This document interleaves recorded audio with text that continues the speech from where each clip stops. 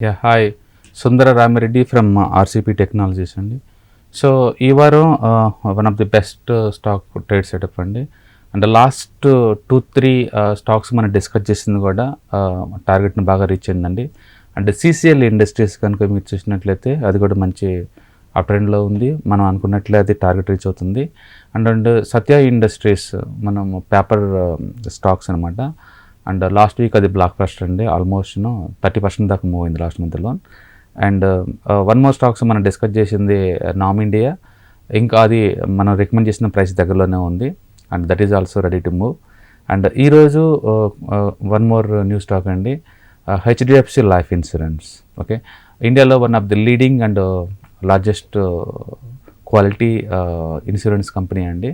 And LIC తర్వాత, LIC అంటే పెద్ద కంపెనీ అనుకోండి, దాని తర్వాత 1.2 lakh crore మార్కెట్ క్యాపిటలైజేషన్ ఉన్న ఈ HDFC గ్రూప్ సంబంధించిన ఈ కంపెనీ చార్ట్ ప్యాటర్న్ చాలా ఇంట్రెస్టింగ్గా బాగుందండి. అండ్ కరెంట్ షేర్ ప్రైస్ 560 దగ్గర మనం బై చేసుకోవచ్చు. And short term target almost 650 పెట్టుకోవచ్చు, అంటే 100 రూపీస్ టార్గెట్ పెట్టారు short term. And middle time target అంటే 1 year టైం లోపు నీకు ఇది 900 చేరే ఛాన్స్ ఎక్కువ ఉంటుంది. అండ్ మన వీక్లీ టైం ఫ్రేమ్లో కనుక చూసుకుంటే ఓవరాల్గా ఇది ఛానల్ ఫామ్ అవుతుందండి. అండ్ ఇంతకుముందు కూడా ఛానల్ బాటంలో ఉంచి ట్రావెల్ చేసేది, ఛానల్ పీక్ రీచ్ అయింది. మళ్ళీ అగైన్ ఇప్పుడు మళ్ళీ 1 year తర్వాత మళ్ళీ ఇప్పుడు ఛానల్ బాటంలో ఫామ్ అవుతుంది. సో ఇప్పుడు కరెంట్ ప్రైస్లో కనుక మనం బై చేసుకుంటే విత్ టార్గెట్ ఆఫ్ ది 900 మనం ఛానల్ టాప్లో మనం పెట్టుకోవచ్చు. It maybe take time 1 year నుంచి 2 years టైం పట్టచ్చు ఛానల్ రీచ్ అవడానికి, weekly channel. But daily time ఫ్రేమ్లో మాత్రం 100 రూపీస్ టార్గెట్ తోటి, అంటే ఆల్మోస్ట్ 650 అలా టార్గెట్ పెట్టుకొని తీసుకోవచ్చు అండి కరెంట్ మార్కెట్లో. ఒకటి ఇన్సూరెన్స్ కంపెనీ ఇప్పుడు కొంచెం బాగా మూవ్ అవుతుంది. ఆఫ్టర్ కోవిడ్ తర్వాత ఈ పాలసీలు తీసుకోవడం అనేది పెద్ద ఎక్కువైంది.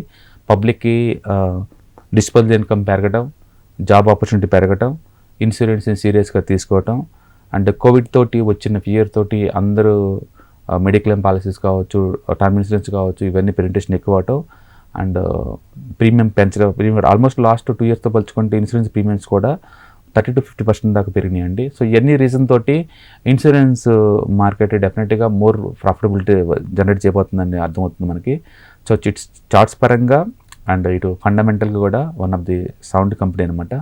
సో కరెంట్ మార్కెట్ ప్రైస్లో 560 దగ్గర మనం బై చేసినట్లయితే టార్గెట్ షార్ట్ టర్మ్లో 100 రూపీస్ పెట్టుకోవచ్చు, అండ్ లాంగ్ టర్మ్లో 900 రూపీస్ టార్గెట్ పెట్టి మనం ఉంచుకోవచ్చు అనమాట. ఓకే, మార్కెట్ వరల్డ్ వైడ్గా మార్కెట్స్ అన్నీ కూడా బాగా డౌన్ అవుతున్నాయండి. అండ్ లిటరల్లీ యూరప్ కావచ్చు లేదా అమెరికన్ మార్కెట్స్ కానీ 1 year లోస్ దగ్గరలోకి వచ్చేసినాయి. బట్ ఇండియన్ మార్కెట్ మాత్రం చాలా స్టేబుల్గా 1 yearకి ఆల్మోస్ట్ 4-5% డౌన్లో ఉందంతే తప్ప మిగతా వాటిలో market effect అవ్వట్లేదండి.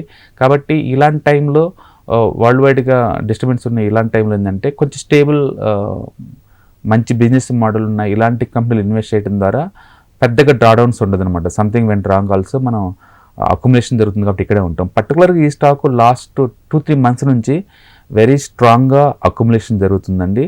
And majority selling pressure ఆగిపోయింది ఆల్రెడీ మార్కెట్లో. పెద్ద పెద్ద ప్లేయర్స్ ఎవరైతే బల్క్ డీల్స్ ద్వారా అమ్మేశారో వాళ్ళు ఆల్రెడీ ఆ సెల్లింగ్ అంతా మ్యూట్ అయింది. కాబట్టి ఇక ముందు అప్ ట్రెండ్ వచ్చే ఛాన్స్ ఎక్కువ ఉంటుంది. కాబట్టి మనం కరెంట్ షేర్ ప్రైస్ దగ్గర కన్సిడర్ చేయొచ్చు with target of the 650. Later once అక్కడ కొంత కన్సాలిడేట్ అయిన తర్వాత మళ్ళీ సెకండ్ లెగ్ తీసుకొని అప్ టు 900 రీచ్ అయ్యే ఛాన్స్ ఎక్కువ ఉంటుంది అనమాట.